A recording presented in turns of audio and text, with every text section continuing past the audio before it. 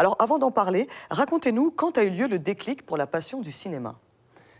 Alors, le déclic pour la passion du cinéma, c'est compliqué parce que je n'ai pas été vraiment passionné par le cinéma en lui-même. J'ai été passionné par ceux qui travaillent dans le milieu audiovisuel. D'accord.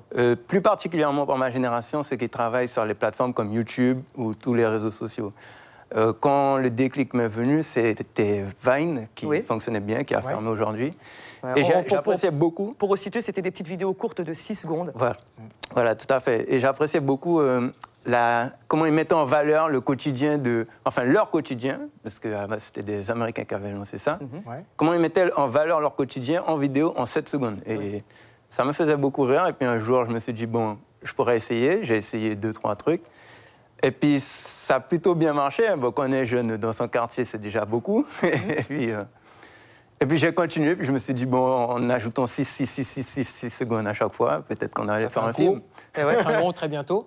Alors, on parlait de quartier, justement. De là est né Tawara, puisque Tawara, c'est devenu une société, mais c'est surtout une bande d'amis. Voilà, c'est avant tout une bande d'amis qui avaient envie de faire quelque chose.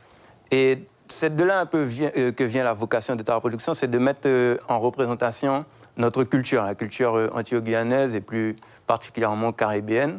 Car on se retrouve un petit peu confronté tout le temps à des œuvres qui ne nous représentent pas forcément, qui viennent d'ailleurs. Et donc, nous, on avait envie de se montrer et d'avoir une représentativité. Donc, on a fait notre propre contenu. Alors